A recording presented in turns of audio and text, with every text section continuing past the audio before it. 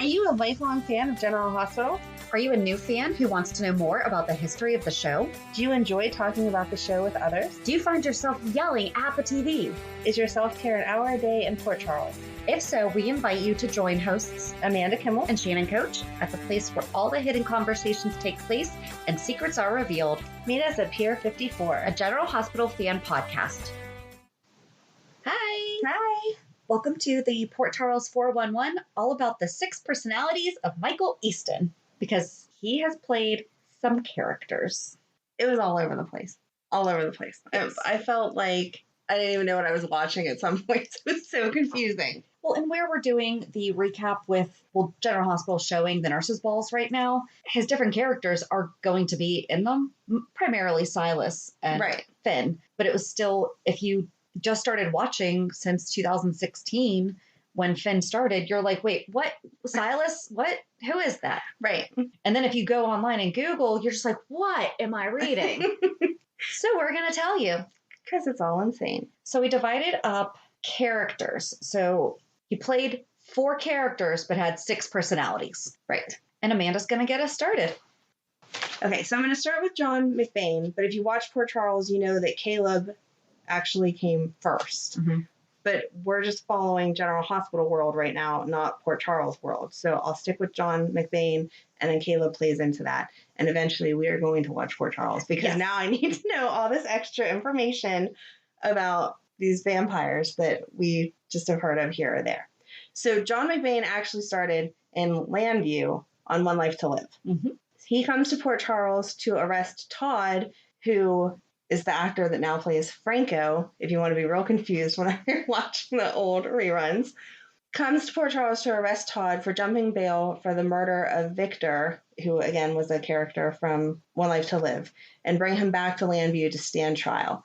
After bringing Todd back to Landview, John returns to Port Charles to begin his vendetta against Sonny Corinthos. He thinks that Sonny killed his sister. Yes. So he is all about, he's going to arrest Sonny and take him down. He also happens to know Anna from back in the day, which this is whenever Anna and Luke were together, and those scenes were really weird too, because I did not like the two of them together. They did not feel like they were supposed to be together, so it was weird seeing Bane and Anna talk and trying to remember that he was still McBain then, not Finn, and then having Luke burst in on them like, what's going on? Like he had a right to ask those questions. It was very weird. He teams up with Anna to bring down Sonny for causing his sister Teresa's death. While in town, he begins to bond with Sam Morgan, and they hinted on the whole Port Charles vampire stuff because they kept saying that Sam and him had this connection, and they couldn't explain where it came from, but they felt like they had met before, and so they kind of danced around it to, play that mind game with you if you had watched Port Charles. But again, I didn't. So. See, and I didn't know that when McBain came over. I didn't know, because I never even paid attention to Port Charles at all. So I had no idea that, and I mean, I just don't read the soap books. I used to read the soap books. I read them when I was younger too, but not. Well, they got so expensive. You couldn't buy them. And by that time we had kids, we needed to spend our $6 on a thing of diapers instead of magazines. But anyway, yes. But watching makes so much sense now. Yes, watching it now that we know all that, I'm like, oh, okay, that's funny. That's cute the way they did that. So anyway, so because Sam feels like she knows McBain, she tells him all about the fact that she's not sure who the paternity of her baby is, because this was after Franco had put the clothes over the camera so you couldn't tell if he had raped her or not. And that was James Franco. Yes. Such good storylines then. So Sam's pregnant. She doesn't know who her baby daddy is. She doesn't want to tell Jason that it could be Franco. She doesn't want to set him off with that, because at that point in time, Jason didn't know that him and Franco were twin brothers, and you could get lost in that rabbit hole for days and days. But that's why McBain and Sam ended up being such good friends, is that she had confided in him. And because he had connections to all the police stuff, he was able to get a sample of Franco's DNA so they could run a paternity test on the down low, because that happens all the time. Always. I'm trying to just hit on like the main points, because I could have watched for weeks, I swear. John does have a wife in Landview, Natalie, and there is conversations back and forth about like him going back there and he has a child there and he misses them. That whole like crossover never happens. He continues getting close to Sam the entire time. Why did I think they were divorced? I didn't think they were still married. Or were they estranged? I think they were estranged, but they were, because he would call to talk to his child, but then he would talk to Natalie also. Okay. And it kept saying that him being in Port Charles was putting more of a strain on their relationship. So I think because I did not go back and watch your stuff. Okay. Even though I want to, and I'm going to now. Even though you want to now, yes. I hardly had time to watch. I didn't even finish all of mine just because there's so much. No, there was so much. Yes. Same thing. Yay, YouTube. Yes, exactly. I watched it and then I was like, I'm watching whole episodes instead of getting to the main point. Or even though it was supposed to be about McBain, they would have other storylines cutting into it, and I was getting all caught up in that. So anyway, McBain is friends with Sam. Sam gets the DNA test. At first it says that Franco is the baby daddy. And then it turns out that Heather Weber had played into changing the DNA paternity results. So we get to see her again because eventually Sam has the baby. John delivers the baby. As I was reading the storyline, it made me think of the whole Wiley situation. Sam has her baby. John goes to get help. Jason's people beat him up because they're mad that he's hanging out with Sam. And in the meantime, Todd Manning is in Port Charles at that time. And he switches out the babies and gives the dead baby to Sam, or leaves the dead baby for Sam, and then gives the other baby to Taya, which I loved her. I wish they would have kept her. Did you watch any of that thing? I did not watch. Oh, man. She was great. Well, I mean, I watched the General Hospital. Yeah, but you had to, like, I didn't see watch the back and forth. No. Yes. The only soap that I have ever consistently watched is General Hospital. When they were doing these crossovers, you were good to just stick with General Hospital. I had a One Life to Live background, so I knew some of the characters. And that's why you got McBain. There you go. That works.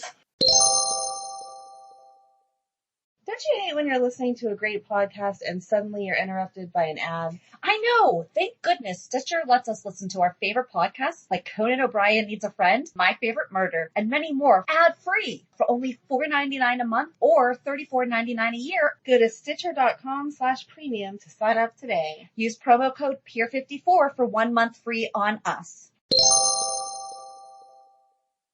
Okay, so finally, Jason tells everyone that Heather was the one who switched the babies, and John suspects that Todd was involved with the switch because he was with Taya that night. John travels to Landview to get the DNA sample from Victor, who was Taya's son, and hands it over to Jason. That was then ended up being Danny. The DNA results come back, and Jason tells John that the baby is not Sam's, and that was the beginning of Heather switching everything. John and Sam end up alone at Alexis's house and nearly take the next step, but Sam stops the interaction. Afterwards, John gets a call from Jason, who tells him he was given the wrong results and Taya's son is Sam's baby. Aren't you shocked? John leaves to go tell Taya, but before he can, Taya realizes her son and nanny are gone. When Taya tells him that her nanny's name is Susan Moore, dun, dun, dun, John figures out the woman is actually Heather Weber, who has kidnapped the baby. He lets Jason know and returns to Port Charles to let Anna know that he has found out. He also confronts Todd about his involvement, but Todd denies it, and John tells him that Heather has now kidnapped the baby. John goes back to Anna sharing his suspicions that they have Todd's phone tapped. Heather contacts Todd, and John and Anna head to the motel where she has called from, trying to find her. She's gone, but they realize she's coming back. Todd comes to the motel with Taya, claiming he got a call from his PI. However, John and Anna punch holes in his story, making Taya question Todd. John is about to tell Taya the truth, but Anna interrupts, saying that Heather is holding the baby hostage on the roof of General Hospital. John, Anna, Todd, and Taya arrive at the hospital, where they find out Sam and Jason are on the roof with Heather. Taya tries to head to the roof, but John stops her. Anna calls to Heather, saying the police have surrounded the hospital and telling her to surrender. Heather becomes unhinged and jumps from the roof. You don't watch that either? Because you weren't watching that then. That's so sad. No, I watched all of this when it happened. Oh, okay. But I did not go back and watch. Oh, okay. Yeah. I thought you were saying you didn't No. watch. For this research, I did not go back and watch any of your stuff. You can't forget Heather jumping off the roof of the hospital, because that was insane. The baby is saved by Jason. Jason goes to the roof after and accompanies Sam, Jason, and the baby into the hospital. And when Taya comes and tries to take her son back, John stops her and tells her Todd explains that he switched them at birth with Sam's and that her baby, Taya's baby, had never made it.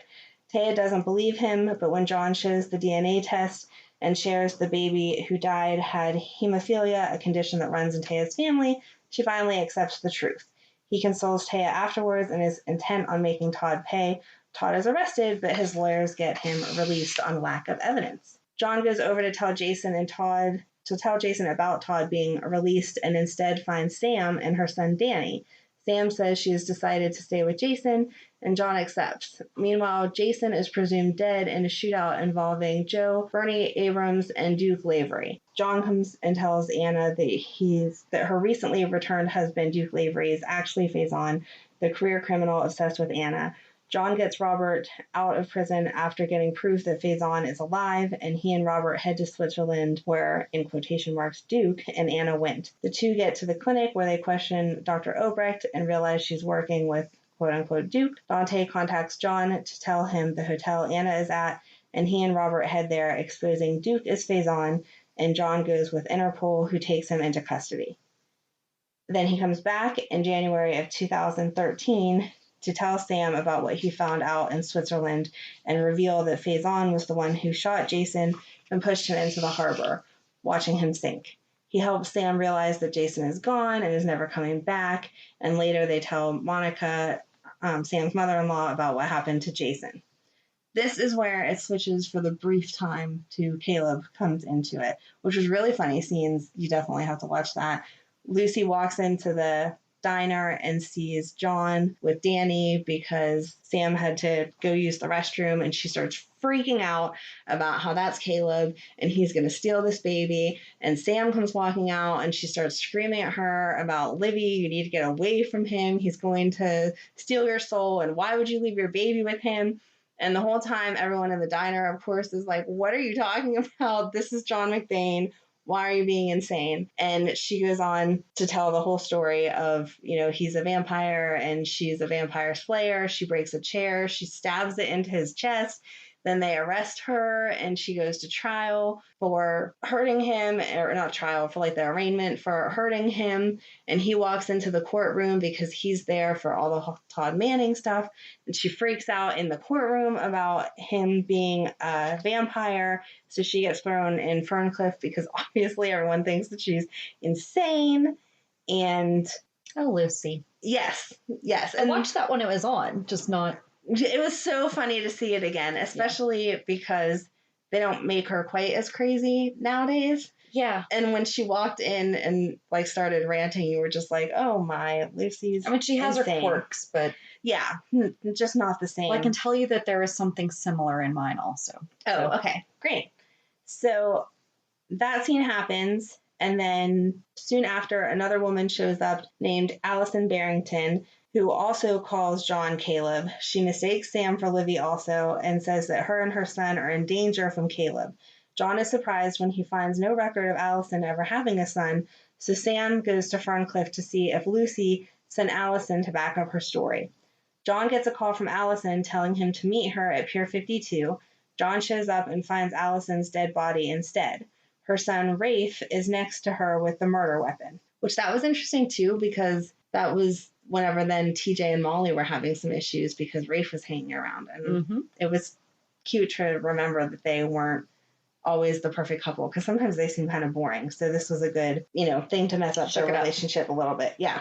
John arrests him and he's taken into custody. Sam comes back and tells John that Lucy said that Caleb was actually Rafe's father, not Allison's husband, Rafe Kovich. John finds out that Rafe claimed that he didn't kill Allison, but that John did. When the murder weapon is processed, they find Allison and Rafe's prints on it, along with a partial that could possibly belong to John.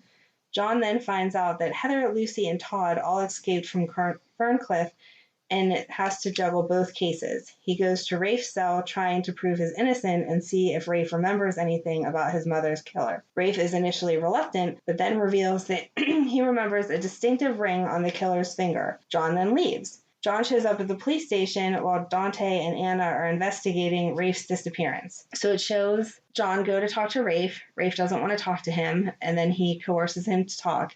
He tells him about this special ring that John, he thinks John was wearing whenever his mother was killed. And so John leaves. Well, then they have video footage of this person that looks just like John getting Rafe out of the cell and taking an officer with him. And down at the pier, this officer has Rafe reenact what had happened, and who he thinks is John McBain ends up killing this officer. And Sabrina comes along and finds him standing over the dead body or the dying body and is like, oh no, call 911, what's going on, blah, blah, blah. And he disappears.